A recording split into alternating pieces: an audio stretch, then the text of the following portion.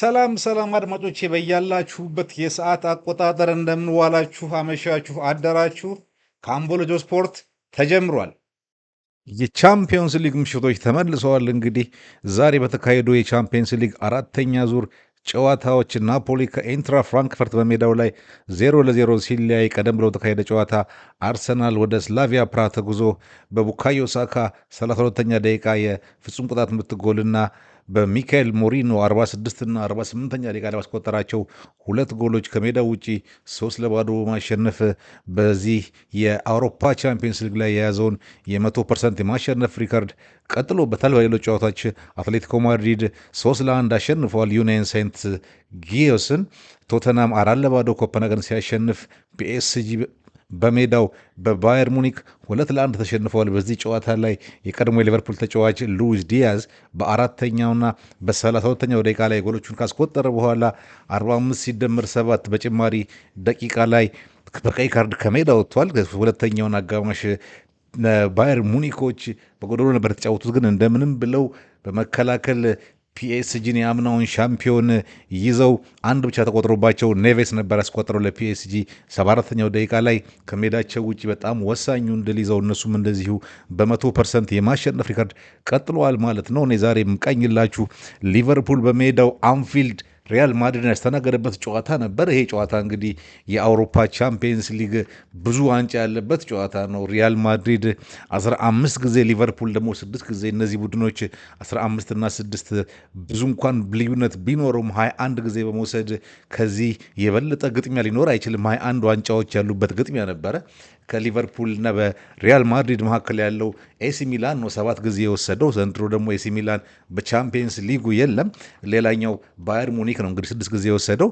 ስለዚህ የቻምፒየንስ ሊግን ብዙ ዋንጫ ያነሱ ቡድኖች የተጫወቱበት ጨዋታ ነበር። በውጤቱም ሊቨርፑል በሙሉ የጨዋታ በልጫና ቁጥጥር አሌክሲስ ማካሊስተር 61ኛ ደቂቃ ላይ ባስቆጠረላቸው ጎል 1-0 አሸንፈው ወጥተዋል። ሊቨርፑል እንግዲህ የጃቪ አሎንሶን ሪያል ማድሪድን ሲያሸንፈው በቻምፒየንስ ሊግ ላይ በተከታታይ ለሁለተኛ ዓመት ነው ማለት ነው። ባለፈው ዓመትም እንደዚሁ ሪያል ማድሪድ ወደ አንፊልድ መጥቶ 2-0 ተሸንፎ ተመልሷል። እንደዚህ ትኩስና አዳዲስ መረጃዎችን ለማግኘት ቻናሌን ሰብስክራይብ፣ ቪዲዮዎቹን ደግሞ ላይክ እና ሼር ማድረግ አትርሱ እያልኩኝ ወደዚህ ጨዋታ ስንመለስ እንግዲህ ሊቨርፑል ከቅዳሜው የአስቶን ቪላ ድል አሰላለፍ ቀይሮ የገባው አንድ ተጫዋችን ብቻ ነው። በዚህም ፍሎራን ቪትስን በኮዲ ጋክፖ አስገብቶታል። ጋክፖ አርፎ ፍሎራን ቪትስ እንዲሰለፍ ተደርጓል። ፍሎራን ቪትስ በዚህ ጨዋታ ላይ በጣም ምርጥ ብቃት ነበረው።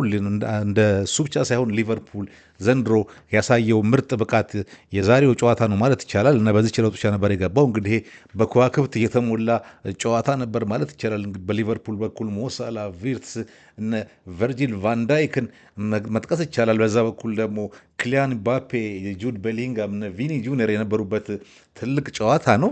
በጨዋታው ግን ሊቨርፑል በሙሉ ቁጥጥር 1-0 አሸንፎ ወጥቷል። በዚህ ቡድን ላይ የአንዲ ሮበርትሰን ከባለፈው ጨዋታ ጀምሮ መመለስ የቡድኑን ተከላካይ መስመር ምን ያክል እንደቀየረው ለማየት ምንም አያስቸግርም። አንዲ ሮበርትሰን ከመጣ በኋላ ቨርጂል ቫንዳይክም ሆነ ኮናቴ በራስ መተማመናቸው በጣም ጨምረዋል። አርነ ስሎትም እንግዲህ ከባለፈው ዓመት ሻምፒዮን ቡድናቸው ዘንድሮ የኋላው መስመር ለመቀየር ሞክረው ነበር በግራም በቀኝም በኩል። ነገር ግን የከርኬዝና ፍሪምፖንግ ጉዳይ ብዙም ስላላዋጣቸው ፍሪምፖንግ እንኳን ተጎድቶ ነው ወደሚያውቁት አሰራር ተመልሰዋል። ይሄም የጠቀማቸው ይመስለኛል። ምክንያቱም እነዚህ አራት ተጫዋቾች ኮነር ብራድሌ፣ ኮናቴ፣ ቫንዳይክ እና ሮበርትሰን ሲሆኑ ይተዋወቃሉ። ስለዚህ በጣም በተታወቅ ቁጥር ደግሞ እርስ በርስ ለመግባባት ይቀላል። በእርግጥ የተገዙት ልጆች ከእነሱ የተሻሉ ሊሆኑ ይችላሉ። አሁን ከርኬዝ ከሮበርትሰን ሊሻል ይችላል፣ ግን ጊዜ ይፈጃል። ስለዚህ እንደዚህ በተቸገረበት ጊዜ ቡድኑ ወደሚያውቁትና ወደ ኖርማሉ አሰላለፍ መመለሱ አርነ ስሎትን በጣም እንደዘየደ ከዘግይቶም ቢሆን ያስታውቃል። የተከላካይ መስመሩ ጥንካሬ የዚህ ቡድን እንግዲህ ዛሬ ተከላካይና አማካይ ቡድኑ አምና የነበረ ዋንጫ የወሰደው ቡድን ነው ማለት ነው። መካከል ላይ ደግሞ ሶቦዝ ላይ ማካሊስተርና ግራቨንበች ነበሩ። ከፊት ለፊት ነው ለውጥ ያለው እና ከኋላ ልክ እንደ ከፊት ለፊት ያክሉ ብዙ ተለውጦ ነበር፣ ግን ወደ ሄደው አስተካክለውታል እንግዲህ አሰልጣኙ። በዚህም ሊቨርፑል ኮኖር ብራድሌ ቪኒ ጁኒየርን ቀጥ አድርጎ ነበር ያዋለው። ቀጥ አድርጎ ኪሊያን ምባፔ ነበር ማለትም አይቻልም፣ ግን ቪኒ ጁኒየርን ይሄ ልጅ ዛሬ እንደ ዛሬ አይነት ጨዋታ ሲጫወት እኔ አይቼው አላውቅም። ኮኖር ብራድሌ ከመከላከሉ በላይ ሁላ በማጥቃት በኩል የነበረው አስተዋጽኦ በጣም ምርጥ ነበርና ኮኖር ብራድሌ ዛሬ በጣም መስጦኛል። በሊቨርፑል በኩል ሁሉም ጥሩ ብቃት ላይ ነበራቸው። ሞሳላህም በጣም ምርጥ ነበር። ኤኪቲኬም እንደዚሁ 31ኛው ደቂቃ ላይ የፍጹም ቅጣት ምት የማድሪድ ተከላካይ በእጁ ነክቶ ቪኤአር አይቶ እንግዲህ አይደለም ብሎ ሽሮታል። ኳስ ወደ እጅ ነው ሄደችው፣ እጁን የትም ማድረግ አይችልም ብሏል። እንግዲህ ይሄ የኳስ በእጅ ተነካ ጉዳይ ምንድን ነው እንደ ዳኛው እይታ ነው ይባላል፣ ሰብጀክቲቭ ነው ይሉታል። ስለዚህ እኔ በዚህ አይነት ጉዳይ ላይ ብዙም ነበር አልነበረም በሚል ጊዜን አላጠፋም። ለማንኛውም ሪጎሪ አይደለም ተብሎ አልተሰጠም። ማድሪዶች እንግዲህ በጨዋታው ላይ ሙሉ ለሙሉ ተበልጠዋል እንዳልኳችሁ። ግን የመጀመሪያው አጋማሽ ላይ አንድ ሞመንት ላይ ጁድ ቤሊንጋም በጣም በሚያምር ሁኔታ ነበር ኳሷን አልፎ የመታትን በግራ እግሩ በረኛው ማማርዳሽቪሊ በእግሩ አውጥቷታል። ማድሪድ እንግዲህ አደረገ የሚባለው ሊጠቀስ የሚችለው ሙከራ ይሄኛ ነው። የጁድ ቤሊንጋም አስተላለፍ ደስ ምትል አስተላለፍ ነበረ ያለፈው። ለዚህ ጨዋታ ሌላው ልናተኩርበት የሚገባው የማድሪድ እንግዲህ የጨዋታው ምርጥ የነበረው ግብ ጠባቂው ቲቦስ ኮርቷ ነው። ምን አይነት ግብ ጠባቂ እንደሆነ ይሄ ልጅ በጣም በጣም በጣም የሚገርም ግብ ጠባቂ ነው። እንግዲህ አሁን እዚህ ጋር ውጤቱ 1-0 ነው ብያችሁ ስታቶቹን ልንገራችሁ። የዚህ ቡድ ጨዋታ ስታቲስቲክሶች ሊቨርፑል 17 ጊዜ ሹት አድርጓል፣ ማድሪድ ደግሞ 8 ጊዜ። ኦን ታርጌት ሊቨርፑል 9 ጊዜ ሲያደርግ ማድሪድ 2 ጊዜ ነው ያደረገው።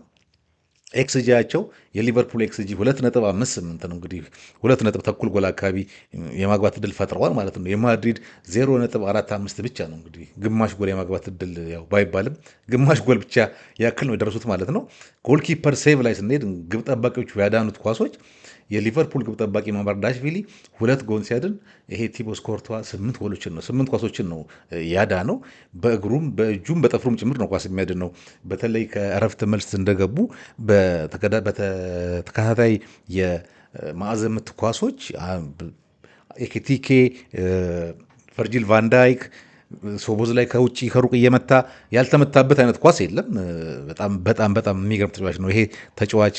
በቻምፒየንስ ሊግ ላይ ሊቨርፑልና ሪያል ማድሪድ በደረሱበት ላይ እንደዚሁ ሊቨርፑልን ዋንጫ እንዳገደው ይታወሳል። ከዛ በኋላ ነበር እንግዲህ እነ ሞ ሳላህን ጎል የሚሆን ኳስ ሲያወጣ ከርሞ ነበረ። የዋንጫው ሻምፒዮን ከሆነ በኋላ ሪያል ማድሪድ ሰውነቱ ላይ የግንብ ምልክት ያሰራው ንቅሳቱን እንግዲህ እዛ ጨዋታ ላይ ነው ግንቡ የሚል ቅጽል ስም የወጣለት። እሱም ያንን ንቅሳት ሰውነቱ ላይ ያሰርቷል። እውነትም ቲቦስ ኮርቷ ግንብ ነው። በጣም በጣም በጣም የሚገርም ግብ ጠባቂ ነው። ሊቨርፑል ላይ ደግሞ ሲሆን እንዴት እንደዚህ እንደሚብስበት አይገባኝም። ከጨዋታው በኋላ እንግዲህ የሊቨርፑሉ አሰልጣኝ አርነ ስሎት ለእኛ በጣም ትልቅ ጨዋታ ነበር፣ ጨዋታውን ተቆጣጥረንበት የነበረውን ሁኔታ በጣም ተስማምቶኛል። ከቅጣት ምት የተገኘችው ኳስም ራሱ በጣም የተሰራባት ነበረችና በልጆቼ ኮርቼባቸዋለሁ በላቸው የአእምሮና የአካል ጥንካሬና ፎከስ በማድረጋቸው በጣም ኮርቻለሁ። እንደ ስብስብ በጣም ጥሩ ነበርን። ስለዚህም በዚህ ደስተኛ ነኝ ሲሉ የሪያል ማድሪዱ አሰልጣኝ የቀድሞ የሊቨርፑል ተጫዋች ዣቪ አሎንሶ ደግሞ ውጤቱ ፌር ነው ማለት የሚገባን ውጤት ነው። ሊቨርፑል ማሸነፍ ይገባው ነበረ። በቂ የሆነ እድሎችን ስላልፈጠርን መሸነፋችን ብዙም አይደንቅም። ስለዚህ ወደፊት በሊቨርፑል መበለጡን ካመነ በኋላ እንግዲህ በሁሉም ረገድ ሁለተኛ ነበርን፣ ጥሩ አልነበርንም። ይህንን ብቃታችንን ማሻሻል ያስፈልገናል የሚል አስተያየት ነው የሰጠው።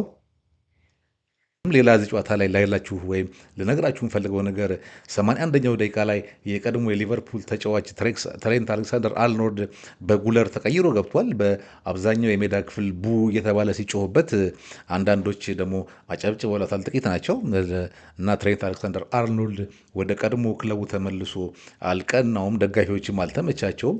ለነገሩ ብዙም አልተጫወተም። 4 ወይ 5 ጊዜ ነው ኳሷን የነካው። ብዙዎቹም የተበላሹ ኳሶች ነበሩ። እንግዲህ ሊቨርፑል በጣም ቀሽም ሆነ ሲባል የእግር ኳስ ነገር እንዴት እንደሚቀየር ድንገተኛ ለውጥ አድርገው እንግዲህ ባለፈው አስቶን ቪላን ካሸነፉ በኋላ ዛሬ ደግሞ በራስ መተማመናቸው ይባስ ጨምሮ የድሮ ሊቨርፑል አይተናል። በዘንድሮ ውድድር ዘመን እንደ ዛሬ አይነት ምርጥ ሊቨርፑል አላየሁም። እንግዲህ ዛሬ ያዩዋቸው ጨዋታዎች ይሄንን ጨዋታ ነበር ያየሁት።